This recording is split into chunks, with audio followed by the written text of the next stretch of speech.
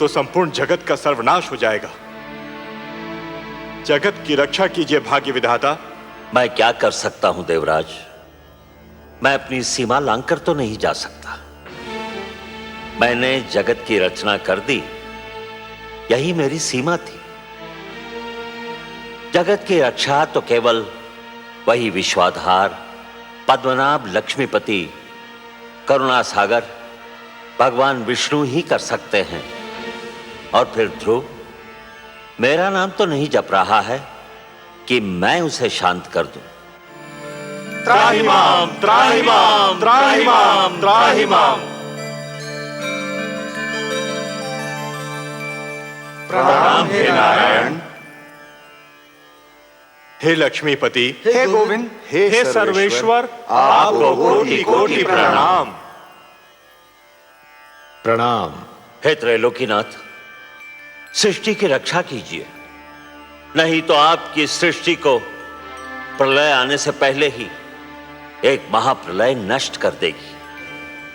ध्रुव ने जब से श्वास रोककर द्वादशाक्षर मंत्र का जाप आरंभ किया है, सारे संसार में वायु की गति रुक गई है, प्राणियों के दम घुट रहे हैं। प्रभु, ध्रुव को रोकना मेरे वश में नहीं है भगवान। यह कार्य केवल आप ही कर सकते हैं। आप सृष्टि के रक्षक हैं, उसके पालनहार हैं। हम सब विनती करते हैं, आप ही ध्रुव की समस्या का कोई उपाय कीजिए प्रभु। समस्या बहुत गंभीर हो गई है। अब बात केवल एक बालक तक सीमित नहीं रही ब्रह्मा जी, सारी सृष्टि के समक्ष एक संकट खड़ा हो गया है। अब तो हमें जाना ही होगा अपनी सृष्टि की रक्षा के लिए, और फिर किसी और की भांति हमें भी तो ध्रुव के प्राणों की चिंता है।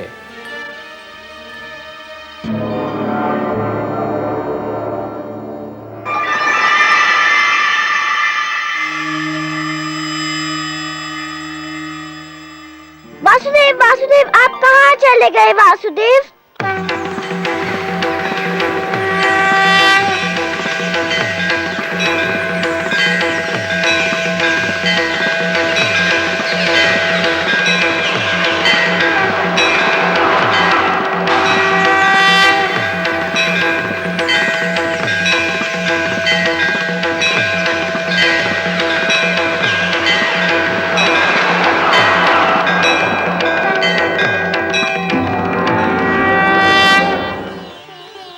तुम मुझे अपने सम्मुख देखना चाहते थे ना?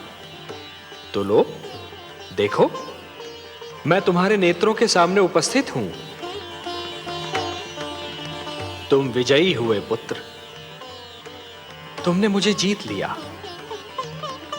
तुम्हारे जैसा तपस्वी न कभी हुआ है और न कभी होगा।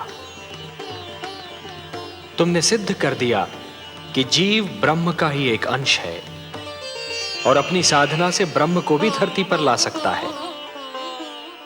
तुमने यह सिद्ध कर दिया वत्स कि सृष्टि की सबसे बड़ी शक्ति है भक्ति। वत्स ध्रुव, अब श्वास लेना आरंभ कर दो पुत्र। अब मैं कहीं नहीं जाऊंगा।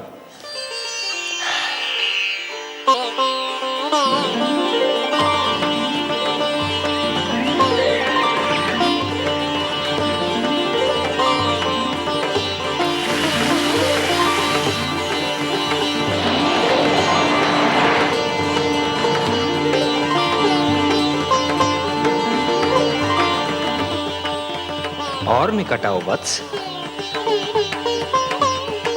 आओ वत्स।